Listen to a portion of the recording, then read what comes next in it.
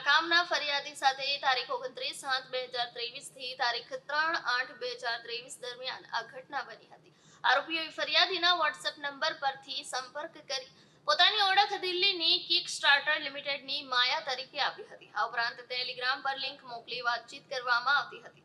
આરોપીએ પૂર્વ આયોજિત કાવતરા અંતર્ગત ફરિયાદીને યુટ્યુબના વિડીયો લાઇક, કમેન્ટ અને વિવિધ રેસ્ટોરન્ટના રેટિંગના ટાસ્ક પૂરા કરાવ્યા હતા। ત્યારબાદ પ્રીમિયમ ટાસ્ક પૂરા કરવાનું કહી લોભામણી લાલચ આપી ફરિયાદીએ તેમના કહેવાથી અલગ અલગ યુપીઆઈ આઈડીમાં 3,67,000 અને વિવિધ બેંક ખાતામાં ₹3,75,000 એમ કુલ ₹7,67,000 ટ્રાન્સફર કર્યા હતા।